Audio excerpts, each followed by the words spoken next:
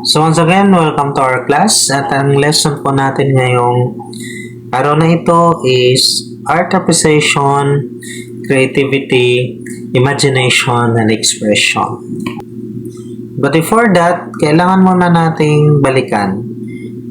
Meron ka bang mga panahon na may na-encounter kang art and then perhaps in the museums or plays or even music na when you recall it, hindi mo siya maintindihan and then you cannot connect with that particular artwork. And then I would like you to explore the reason behind your reaction and try to interpret in trying to interpret rather the artist's message. So, ngayon, okay, ano ba ang mga rason bakit hindi mo siya tuluyang maintindihan? Okay. So, ano ba ang nating pag-usapan? First is, sinabi dito, art appreciation is a way of life. Ibig sabihin yan, we can only be able to know the message and to go deeper into the inherent beauty of that art if and only if we appreciate that particular art. How can you know or how can you put your time in that particular artwork, even in that particular thing or particular work or ano man yan, if you do not appreciate it? So the first thing is a particular appreciation para mas lalo natin siyang intindihin. Kasi nga na-appreciate natin. May effort na gagawin kasi na-appreciate.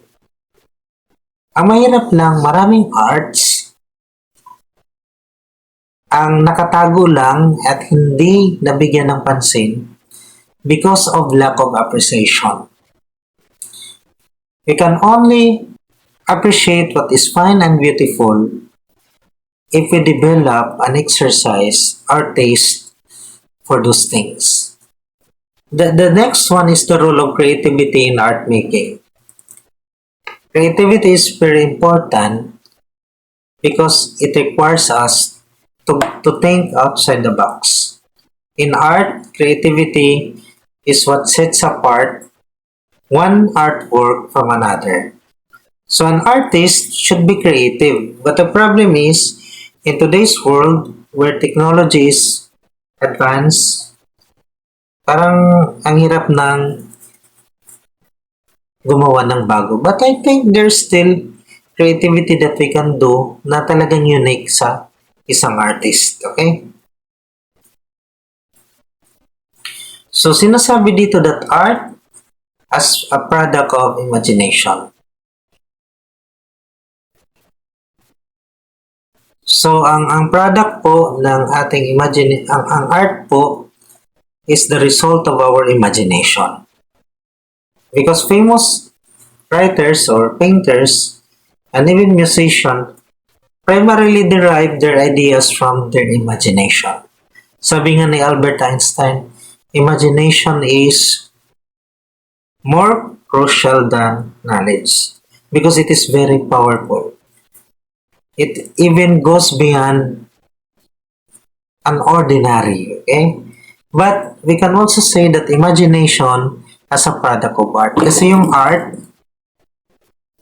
whether it is song, painting, visual arts, kung ano man yan, ay magbibigay din sa atin ng inspirasyon para gumawa pa ng mas maganda at creative na art.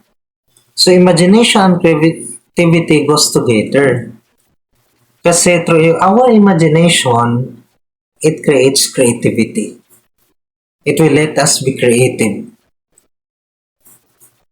So imagination transcends norms and enable people to explore and create new possibilities. So an artwork can be an imaginary creation. An art in the same way that imagination generates art, art can also inspire us to be imaginative.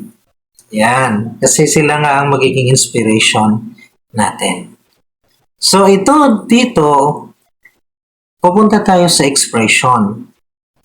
So, ang art po is an expression of an artist's inner selves or inner emotions.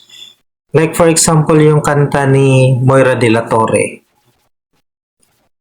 Ito po ay expression based sa kanyang inner selves or experience. Maybe may external but more on internal, okay? Kaya nga, ang gaganda ng mga lyrics ng kanta kasi nga galing sa kanyang experience. So ito yung mga paraan paano natin ma-express ang ating sarili through art.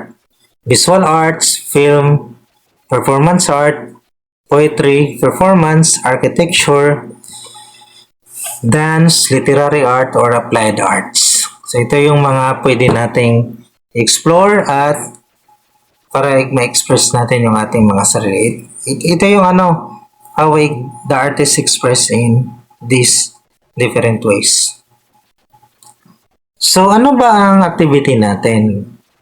So itong tanong, what art field will you explore and why? And how can you utilize the arts to express yourself, your community, and your relation to others? So ito yung pag-reflect natin. Thank you so much. And if you have any comment, use the comment section na lang kung meron kayong ideas at tanong.